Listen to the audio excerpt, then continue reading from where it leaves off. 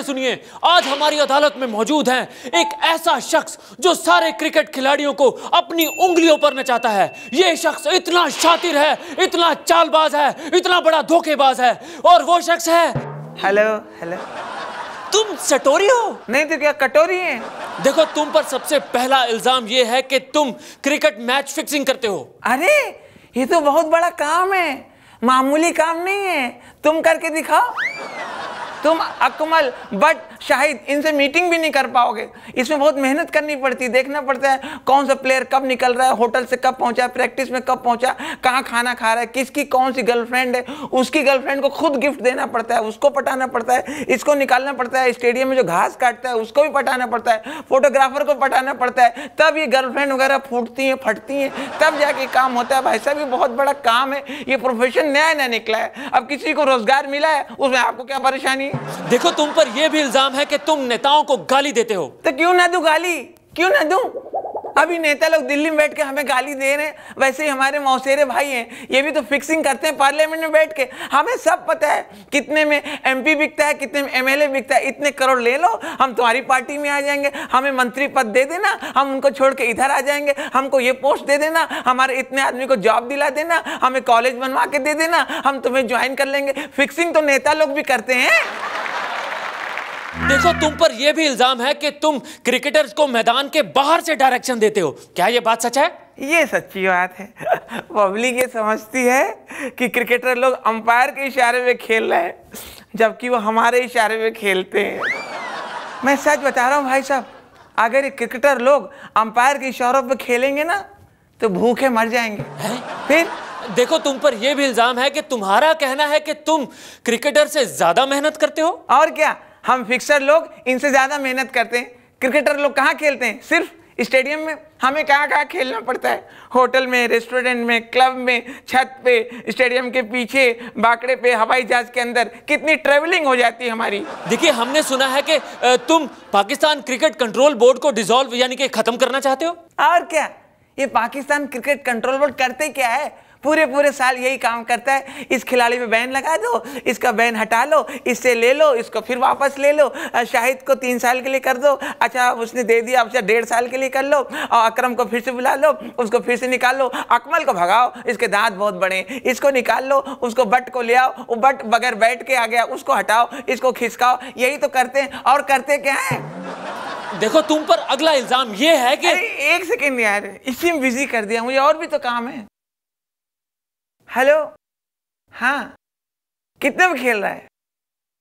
99 पे। 9 बॉल डालो साले को। आज हमारी अदालत में मौजूद हैं नगर पालिका के बाबू मिस्टर AAKR। अबे ये कौन सा नाम रख दिया? अरे ये आप ही का नाम है। 1 मिनट, मैं बताता हूं सर। मिस्टर आमदनी अठन्नी, खर्चा रुपया। बताओ, ये भी कोई नाम हुआ? कमाल है भाई, आप शुरू रहो। देखिए, आप पर सबसे पहला इल्जाम ये है कि आप मच्छरों को मारने के लिए कुछ नहीं कर रहे, जिसकी वजह से वो हमारा खून चूसते हैं। अबे मेरा दिमाग खराब हो रहा है तेरे सवाल से। मच्छर तेरा खून पी रहे हैं, तू बड़ा परेशान हो रही है। मेरा अफसर सालों से मेरा खून पी रही है, मेरे ऊपर दबाव डाल रही है, और कमा के लाओ, और कमा के लाओ। तब तेरी अदालत कहाँ चली जाती, झुमरी तलैया।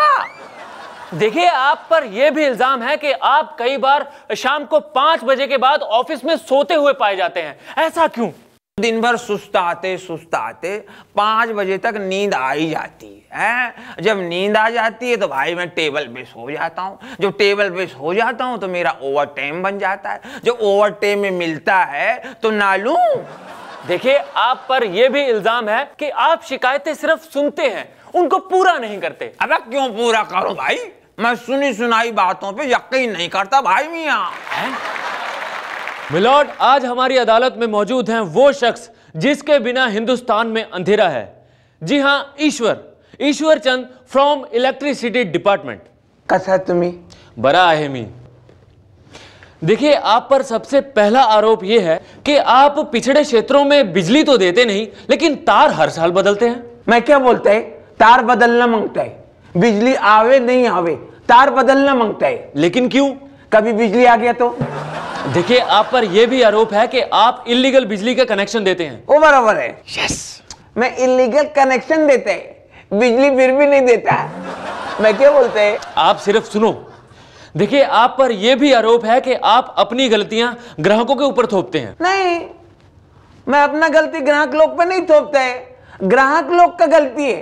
अपना कंप्लेंट लेके मेरे पास आता है, वो मेरे पास कंप्लेंट लाता है, मैं वही कंप्लेंट के मुंह पे मारता है, ऐसा करता है मैं। तो मैं क्या बोलते हैं? हाँ बोलो। अभी क्या बोलने का, इतना ही था।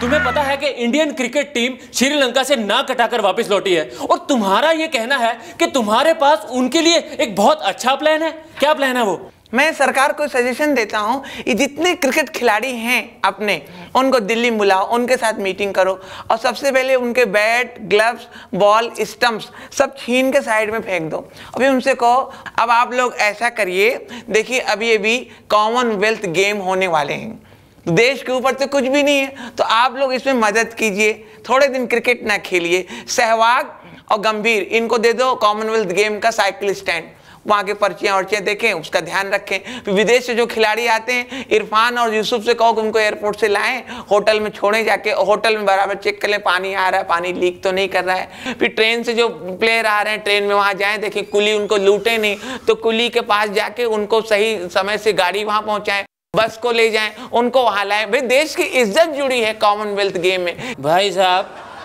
तुमने सारे खिलाड़ियों के बारे में बता दिया, लेकिन तुमने धोनी के बारे में तो कुछ बताया ही नहीं। अरे धोनी का रहने दो, उसकी नई नई शादी हुई है, उसको एंजॉय करने दो। आज हमारी अदालत में मौजूद हैं सुल्तान मिर्जा। देखिए, आप पर सबसे पहला इल्जाम यह है कि आप अपनी बीवी को जेल भेजना चाहते हैं। भेजना चाहते नहीं, भेज दिया है, पुलिस प्रोटेक्शन के लिए। लेकिन आपकी बीवी को पुलिस प्रोटेक्शन की क्या जरूरत है? मुझे एक गुमनाम खत आया था जिसमें लिखा था तेरी जान को खतरा है। फिर? मैं अपनी जान के लिए कुछ भी कर सकता हूँ। मैंने उसे फौरन जेल भेज दिया, अब वहाँ सेफ है। लेकिन हो सकता है कि उस खत का मतलब आपकी बीवी से नहीं, आपकी जान से हो। साले में नेता जरूर हूँ, लेकिन इतना कैरेक्टरलेस भी नहीं कि जिसकी बीवी कोई और हो और जान कोई और हो। मेरी बीवी मेरी जान है।